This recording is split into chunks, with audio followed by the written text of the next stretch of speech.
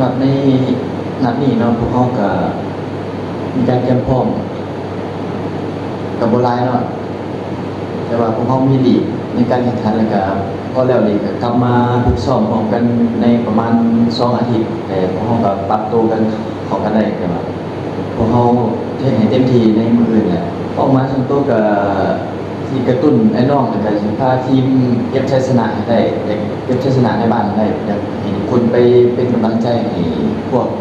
น้องๆหลายๆพวกนักเตะทีมชาติลาวเนาะเพื่อจะมีแรงจูงใจในการลงดิก็อยากเชิญกองเชียร์แฟนบ้านเราทุกคนไปชมไปเชียร์อยู่สนามเนาะอยากให้ไปเบิ่ง